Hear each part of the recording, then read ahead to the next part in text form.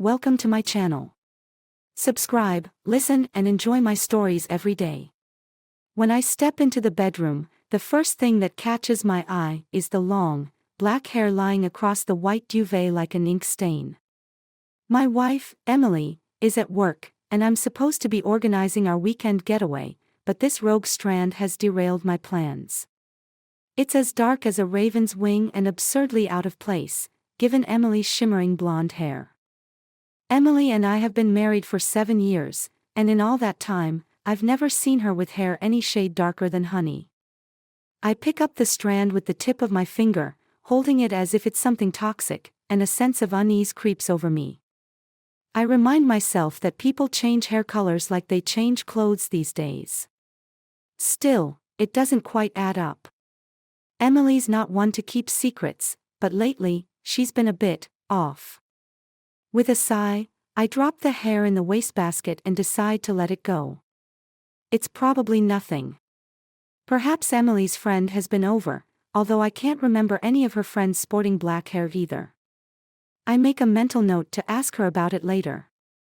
That evening, after a quiet dinner, I broach the subject. "Hey, Em, I found this long black hair on the bed earlier. You have any friends over recently?" She looks up from her phone, her expression unreadable. "Oh, yeah. My friend, Sarah, dyed her hair black last week. She must have left it here when she came over. We had a wine night the other day." I nod, feeling silly for even bringing it up. Sarah's impulsive like that, always changing her look on a whim. "That makes sense," I reply, brushing off the lingering doubt. A week passes, and I've almost forgotten about the hair until Emily's friends come over for a small gathering. True to her word, Sarah waltzes in with a sleek, black bob. I chuckle at my paranoia and chalk it up to my imagination running wild. The evening goes smoothly, filled with laughter and good company. But the peace doesn't last. Over the next few days, more black hairs start appearing around the apartment, on the bathroom floor, tangled in the vacuum cleaner, even in my car. I try to shake the growing suspicion gnawing at my gut, convincing myself that I'm being ridiculous. Then come the complaints from our neighbors. One morning, Mrs. Hargrove from next door corners me as I'm leaving for work. Her eyes are wide with frustration. "Alex, I don't mean to pry, but have you or Emily taken up playing the guitar? The noise has been keeping us up at night." I blink at her, genuinely baffled. "No, we don't own a guitar." "Are you sure it's coming from our apartment?" She crosses her arms, frowning. "I'm positive. It's been almost every night this week." I promise to look into it, feeling an odd mix of confusion and irritation. When I confront Emily about it, she seems just as perplexed as I am. "Maybe it's the building's thin walls," she suggests, brushing it off. "You know how sound travels in these old apartments." Later, I decide to work from home one day, hoping to catch whoever is playing the phantom guitar. The day passes uneventfully, but in the early afternoon, I hear it, a faint strumming echoing through the walls. It's coming from inside the apartment. I follow the sound to our bedroom, where it stops abruptly. There, on the floor by the closet, is a guitar I've never seen before. My heart skips a beat. How did this get here? I'm about to call Emily when the front door clicks open, and she walks in, her face lighting up with surprise when she sees me home. "Alex. You're here early," she says, a nervous edge to her voice. I hold up the guitar, my eyes narrowing. "What's this doing here?" Her gaze flickers to the guitar and then back to me, a guilty flush creeping up her cheeks. "Oh, it's Sarah's. She must have left it here last time." "Sarah's, huh?" I echo, not entirely convinced. But I let it slide for now, pushing the unease to the back of my mind. A few days later, I come home earlier than usual, hoping to catch a glimpse of the mysterious guitarist in action. The apartment is quiet, but as I approach the bedroom, I hear muffled laughter followed by a deep, unfamiliar voice. I freeze, my heart pounding in my chest. I inch the door open, and the scene inside hits me like a punch to the gut. Emily, my Emily, is in bed with a man who looks like he stepped out of a rock band poster, long black hair, tattoos snaking up his arms, and a confident smirk that makes my blood boil. For a moment, I stand there, dumbfounded, unable to process the betrayal unfolding before me. Then rage takes over. What the hell is going on here? I roar, my voice shaking with fury. Emily jumps off the bed, her face pale. Alex, I can explain. But I'm not listening. I grab the guitar, the one that's been haunting me for days, and bring it crashing down onto the man's head. He stumbles back, cursing, as I shove him toward the door. Get out! I shout, barely recognizing my own voice. The man scrambles to pull on his clothes, retreating under my furious glare. With him gone, the apartment falls into a tense silence. Emily stands by the bed, tears streaming down her face, but I feel no sympathy. Only a cold, hard resolve. I'm done, Emily, I say, my voice flat. Pack your things and leave. She pleads with me, trying to explain, to justify, but her words are lost on me. The trust we once had is shattered, scattered like the pieces of the broken guitar. In the days that follow, I move through life in a daze. I file for divorce, cut all ties with Emily, and try to piece together the fragments of my life. Friends offer their condolences, but they can't fill the void left by betrayal. As I sit alone in the empty apartment, the realization dawns on me that this is just the beginning. Emily's infidelity was a wake-up call, a harsh reminder that the truth often hides beneath the surface. And now, with my life in disarray, I'm determined to uncover every secret, every lie, until there's nothing left but the cold, hard truth. The journey won't be easy, but I know one thing for certain: I won't rest until I've rebuilt my life from the ground up, stronger and wiser than before. As I stare out the window at the city skyline, I vow to face whatever comes next head-on, ready to confront the shadows lurking in the corners of my world. With a final glance at the remnants of the life I once knew, I close the door behind me, stepping out into a new beginning. I wake up the next morning feeling as if I've been dropped into someone else's life. The apartment, once filled with laughter and shared dreams, now echoes with emptiness. I brew a pot of coffee and sip it slowly, staring out the window at the busy street below. The world moves on, indifferent to the chaos that has become my reality. I know I can't stay in this apartment. It's a shrine to the past, to a life that no longer exists. As I pack a suitcase with essentials, I decide to crash at my friend Mark's place for a few days. He's been my best friend since college, the kind of guy who always knows how to lighten a heavy mood with his easy humor. When I arrive at Mark's apartment, he greets me with a slap on the back and a cold beer. "Alex, you look like hell, man." I chuckle, though it feels more like a grunt. "You should see the other guy," I reply, collapsing onto his couch. Mark raises an eyebrow. "You actually hit him with a guitar?" "Yeah," I say, running a hand through my hair. "And it felt damn good." "Well, you did what you had to do. You can't blame yourself for that," Mark says, his expression softening. "Emily made her choices." We sit in silence for a moment, the only sound the soft hum of traffic outside. Then Mark leans forward, his eyes glinting with curiosity. "So, what's next? You can't just sit around here all day sulking." I shrug. "I don't know, man. I feel like I need to dig deeper, figure out what really went down." "How do you plan on doing that?" "First, I'm going to talk to Sarah. Maybe she knows something about Emily that I don't." Mark nods. "That's a start. But you might want to tread carefully. Sometimes the truth is messier than we think." With Mark's words lingering in my mind, I decide to call Sarah. I find her number in my phone, and my thumb hovers over the call button. A part of me hesitates, wondering if I really want to uncover more than I already have. But the need for answers outweighs my apprehension.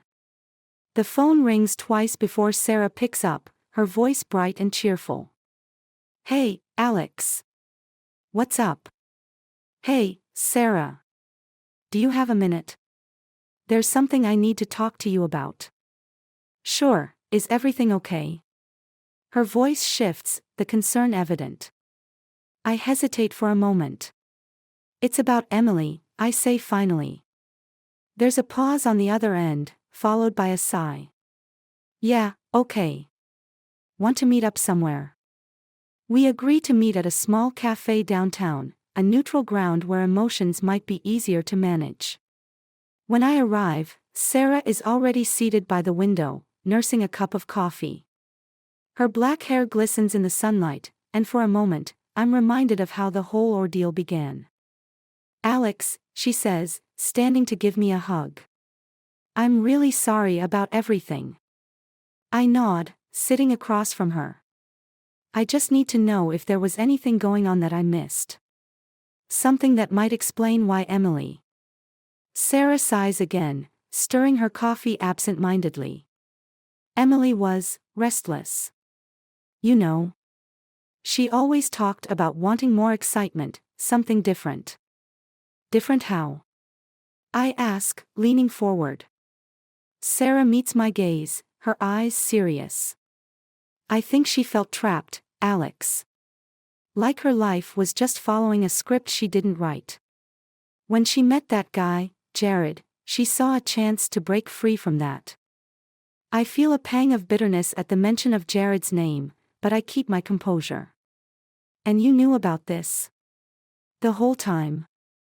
I only found out recently," she confesses, guilt etched on her face. "Emily swore me to secrecy, and I thought it was just a phase. I didn't think she'd actually, you know." "So, this Jared," I say, trying to keep the anger from creeping into my voice. "Who is he?" Sarah hesitates, then lowers her voice. "He's a musician. Plays in some local bands. I think Emily met him at one of his gigs." I process this information, feeling the pieces slowly click into place. "Do you have any idea where I might find him?" "Last I heard, he hangs around this bar called the Red Lion. He might be there most nights." After thanking Sarah for her honesty, I leave the cafe with a renewed sense of purpose. I can't erase what happened, but I can confront the person who shattered my life. Maybe facing him will give me some semblance of closure. That evening, I head to the Red Lion, a dive bar on the edge of town known for its eclectic mix of patrons and live music. The air inside is thick with cigarette smoke and the steady thrum of bass from the band playing on stage. I scan the room, looking for Jared. It doesn't take long to spot him.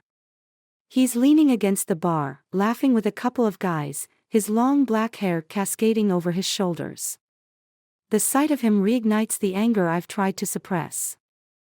I approach him, my heart pounding. When he notices me, his smile falters, and he straightens up. "You must be Alex," he says, his tone smug and nonchalant. I resist the urge to punch him right there. Instead, I focus on keeping my voice steady. "We need to talk." Jared gestures to the bartender for another drink, then nods toward a quieter corner of the bar. We move away from the noise, the tension between us palpable. "What do you want to know?" he asks, crossing his arms. "Why Emily?" I demand, trying to understand what drew her to him. "What did she see in you?" He chuckles, as if amused by the question. "She saw freedom. I gave her a taste of the life she wanted." "And you didn't care that she was married?" Jared shrugs. "She came to me. I didn't force anything." His indifference stokes my anger, but I force myself to stay calm. "Well, it's over now. She's gone." Jared raises an eyebrow. Gone. You mean she didn't tell you? The words hit me like a punch to the gut. Tell me what? He leans in, lowering his voice. Emily said she was leaving. For good. Said she needed to figure things out on her own. I leave the bar in a daze, the noise fading behind me as I step into the cool night air. Emily is gone. Truly gone. The realization crashes over me, leaving me adrift in a sea of uncertainty. Back at Mark's apartment, I sit on the balcony, staring at the city lights flickering in the distance. The world feels bigger, emptier without Emily in it. But as much as it hurts, I know I have to move forward. I can't change the past, but I can shape what comes next. The next morning, I make a decision. It's time to leave this place and start fresh somewhere new. I call Mark to tell him the news. You're really leaving? He asks, concern lacing his voice. Yeah, I say, feeling a strange sense of relief. I think it's the only way I'll find peace. Mark understands. He's always had my back, and he promises to help me however he can. We talk about the logistics, the details of starting over, and for the first time in weeks, I feel a flicker of hope. As I pack my bags, I think about the future, about rebuilding my life on my own terms. It won't be easy, but I'm ready for whatever comes next. The world is wide open, full of possibilities, and I intend to seize them. I stand at the edge of a new beginning, my belongings packed into the trunk of my car. The weight of the last few weeks clings to me, but there's also a sense of liberation. The decision to leave town and start fresh is daunting, but I know it's what I need. Mark stands by my side in the early morning light, hands stuffed in his pockets. You sure about this, Alex?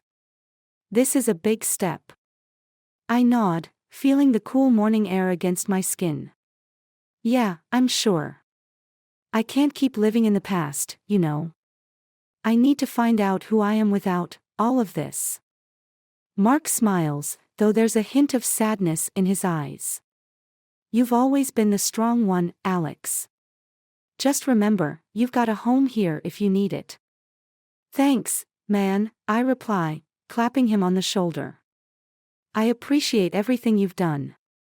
With a final wave, I climb into my car and drive away, leaving behind the familiar streets that once held so many memories. As I navigate the highway, my mind races with possibilities. I have no fixed destination in mind, just a vague idea of heading north, away from everything that reminds me of Emily and the life we shared. After a few hours on the road, I pull into a rest stop to stretch my legs and grab a coffee. The place is bustling with travelers, each lost in their own world.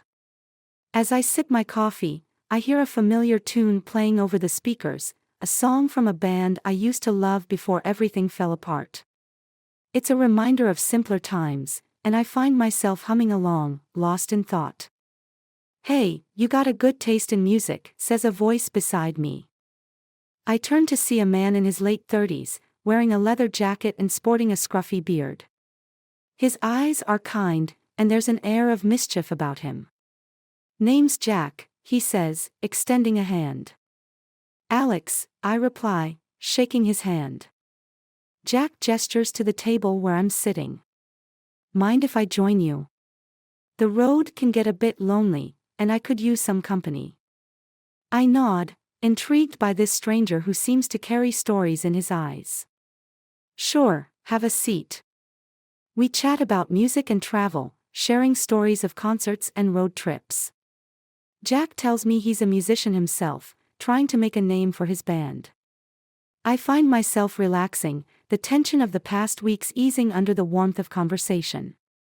So, what brings you out here, Alex? Jack asks, leaning back in his chair. I hesitate, unsure of how much to share. But there's something about Jack that makes me want to open up. I needed a change, I admit. Life's been a bit messy lately. Jack nods, his expression understanding. Sometimes a change of scenery is all it takes. Trust me, I've been there. There's a pause, and then Jack leans in, lowering his voice conspiratorially. You know, there's a music festival happening a few towns over. It might be just the distraction you need. A music festival? I repeat, intrigued. Yeah, it's a small one, but a great place to meet people and lose yourself in the music for a while. The idea is tempting. Music has always been a solace for me, a refuge when words fail. I agree to check it out, and Jack offers to ride with me. As we drive, he talks about his band, the Midnight Renegades, and their struggles to break into the music scene. His passion is infectious, and I find myself drawn to his stories of gigs gone wrong and the relentless pursuit of a dream. We arrive at the festival grounds by late afternoon. The air buzzes with anticipation as people mill about, setting up tents and gathering around makeshift stages. The sun dips below the horizon, casting a golden glow over the scene. "Welcome to paradise," Jack says with a grin, gesturing to the lively crowd. The music starts, a rhythm that seeps into my bones and pulls me into the moment. I let go of the past, losing myself in the beats and melodies that fill the air. It's liberating, a reminder that life is more than the shadows of what once was. As the night wears on, Jack introduces me to his bandmates, a ragtag group of musicians with diverse backgrounds and stories. There's Lisa, the fiery drummer with a penchant for heavy beats, Max, the quiet but talented guitarist, and Sam, the charismatic bassist who can charm anyone with a smile. "Alex, meet the crew," Jack says, clapping me on the back. "These guys are like family to me." I spend the evening with them, swapping stories and laughing at the antics of festival goers. It's been a long time since I've felt such a sense of belonging, and it dawns on me that this could be a new beginning, not just a temporary escape. As the night deepens, the band takes the stage. Jack turns to me, a glint of excitement in his eyes. "You ready to see what we're made of?" I nod, eager to see them in action. The music starts, a fusion of rock and blues that vibrates through the crowd.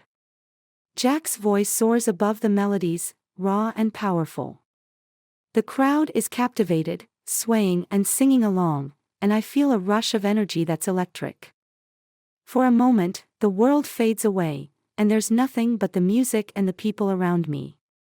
It's a high I haven't felt in ages, and it fills the emptiness inside me with something new and hopeful. After their set, the band joins me, their faces flushed with adrenaline. "What did you think?" Jack asks, wiping sweat from his brow. "You guys are amazing," I say, genuinely impressed. "You have something special." Lisa grins, her eyes sparkling. "We try our best. It's all about connecting with people, you know." We sit around a campfire, the conversation flowing as the night deepens. The fire crackles, casting flickering shadows that dance across our faces. It's a moment of camaraderie, of shared dreams and unspoken bonds.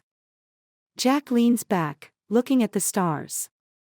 "You know, Alex, you're welcome to stick around. We could use someone like you on the road." I consider his offer, surprised by the invitation. It's tempting, this idea of joining their journey and finding a new purpose. But there's still a part of me tethered to the past, to the unresolved questions and unfinished business. "I appreciate it, Jack," I reply, meeting his gaze. "I just need a little more time to figure things out." He nods, understanding in his eyes. "Whenever you're ready, we'll be here." As the fire burns low, I think about the future and the possibilities that lie ahead. The night has shown me that life goes on, that new chapters can be written if I'm brave enough to take the first step. In the quiet of the night, surrounded by newfound friends, I realize that the journey is just beginning. The road stretches out before me, full of twists and turns, but I'm ready to face it head-on. For the first time in a long while, I feel a spark of hope, a belief that the best is yet to come. And as I close my eyes, listening to the soft strumming of a guitar in the distance, I know that whatever happens next, I'm not alone. I have allies, unexpected and welcome, to guide me on this path of rediscovery. The festival was supposed to be a fleeting escape, a brief respite from the tangled mess of my life. But as I drive back to the city the next day, thoughts of Jack and his band replay in my mind. There's something about the sense of belonging I felt with them that I can't shake off. Yet, the shadow of Emily's betrayal looms large, reminding me that I need answers before I can truly move on. As I navigate the familiar streets, a decision crystallizes in my mind: I have to confront Emily one last time.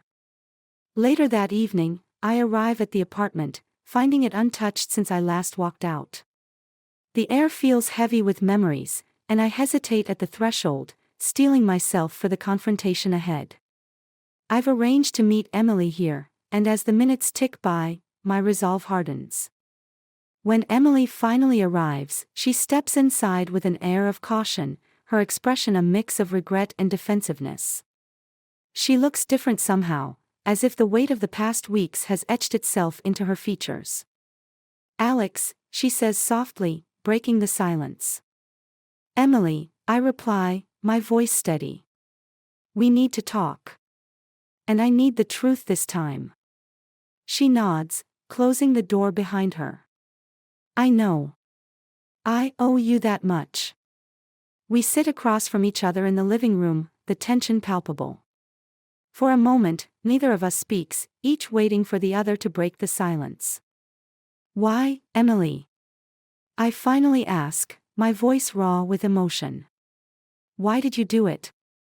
She takes a deep breath, her eyes filled with tears. "I felt trapped, Alex. Our life, it felt like I was living someone else's dream." I shake my head, struggling to understand. "And Jared? Was he just an escape for you?" "It started that way," she admits, her voice barely a whisper. "But then, it became something more." "More?" The word hangs in the air, heavy with implications. Emily meets my gaze, her eyes pleading for understanding. "I never wanted to hurt you, Alex. But with Jared, I felt alive. Like I was finally being true to myself." Her words cut deep, a fresh wound on top of the old. But as much as it hurts, I realize something crucial: I need to let go. "I'm moving on, Emily," I say, my voice firm. "I can't keep living in the past." She nods, tears spilling down her cheeks. "I understand. I just hope you can forgive me someday." I doubt I ever will, but I don't say it aloud. Instead, I stand, signaling the end of our conversation. "Take care, Emily." As I leave the apartment for the last time, I feel a sense of finality, a closing of a chapter that has haunted me for too long. The drive back to Mark's place is filled with a strange sense of relief, as if a weight has been lifted from my shoulders. When I arrive, Mark is there, waiting with a reassuring smile. "How'd it go?" he asks, handing me a cold beer. "It's over," I say simply, taking a long sip. "I got what I needed, a clean break." Mark nods, clinking his bottle against mine. "To new beginnings, then." With Emily behind me, I focus on the possibilities ahead. The band, the road, the freedom that lies beyond the city's limits, it all beckons with an irresistible allure. But just as I start to embrace this new chapter, a twist of fate pulls me back into the past. A few days later, I receive a call from an unknown number. The voice on the other end is familiar yet unexpected: "Sarah." "Alex, I'm sorry to call you out of the blue," she says, her voice tinged with urgency. "But there's something you need to know." "What is it, Sarah?" I ask, bracing myself for more revelations. "It's about Jared," she says. "There's something I didn't tell you before." My heart skips a beat, a mix of curiosity and dread swirling within me. "Go on." "Jared's not who you think he is," Sarah continues. "He has a reputation in the music scene for, well, for taking advantage of women. He charms them, uses them, and then moves on. The words hit me like a punch to the gut, and suddenly, everything clicks into place. Emily was just another conquest, another name in his little black book. Why are you telling me this now? I ask, anger simmering beneath the surface. Because I care about Emily, Sarah replies. And I care about you too, Alex. You deserve to know the truth. Fueled by a renewed sense of betrayal, I decide to confront Jared once and for all. It's time to end this chapter on my terms, to face the man who played a part in unraveling my life. I find Jared at the Red Lion, the same bar where we first crossed paths. He's lounging at the bar, a drink in hand, exuding the same smug confidence that enraged me the first time we met. I stride over, my presence commanding attention. Jared looks up, his smile faltering as he recognizes me. Alex, he says, feigning surprise. What brings you back here? I know everything, Jared, I state, my voice cold and unwavering. About your little game. He shrugs, unfazed by my accusation. It's not my fault if women find me irresistible. The flippant response ignites my fury, and I slam my fist on the bar, drawing the attention of nearby patrons. You used Emily.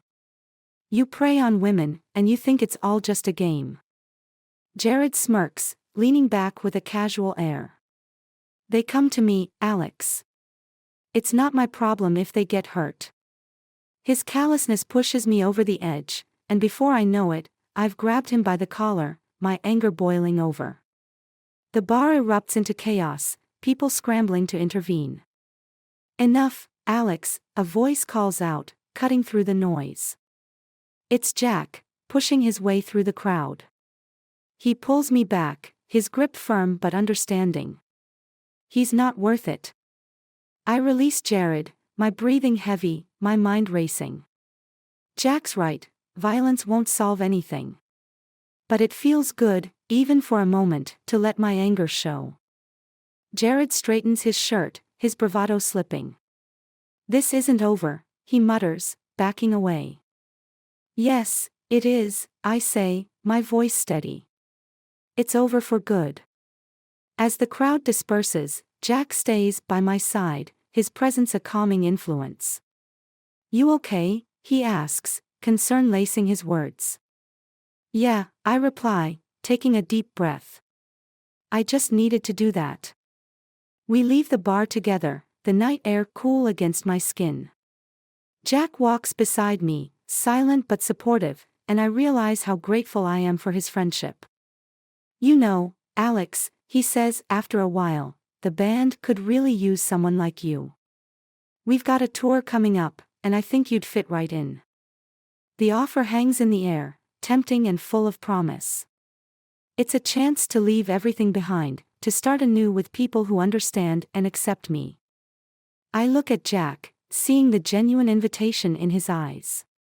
For the first time, I allow myself to consider the possibility of a life unburdened by the past. Let me think about it, I say, a smile tugging at my lips. But it sounds like just what I need. In the days that follow, I come to terms with the decision. I meet with the band, discuss the logistics, and find myself drawn into their world. It's a whirlwind of rehearsals, travel plans, and newfound excitement, a stark contrast to the shadows that once loomed large. The final goodbye to Emily is bittersweet but necessary. We meet one last time, each of us acknowledging the pain and mistakes that led us here. I wish you well, Alex, she says, her voice sincere. And I wish you the same, I reply, knowing that our paths are meant to diverge. As we part ways, I feel the weight of the past lift, replaced by the thrill of possibility. I join the band on tour, embracing the journey and the chance to reinvent myself.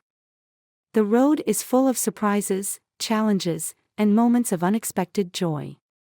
I find solace in the music, in the friendships I forge with Jack, Lisa, Max, and Sam. Together, we create something beautiful, something lasting. The journey isn't always easy, but it's mine. And as the miles stretch out before us, I realize that I'm exactly where I'm meant to be, on a path of my own making, free from the chains of the past. The deception and betrayal are lessons, scars that remind me of the strength I've found in letting go. And as the band plays on, I join them, the music a testament to the new beginning that awaits. This is my life now, my story to write. And with each note, each beat, I forge a future built on hope, resilience, and the unwavering belief that the best is yet to come. This conclusion ties up the story with a resolution that reflects personal growth and newfound independence for Alex. The surprise twist reveals the true nature of Jared, leading to a final confrontation and the ultimate decision to embrace a new life on the road. The narrative highlights themes of resilience, redemption, and the power of moving forward.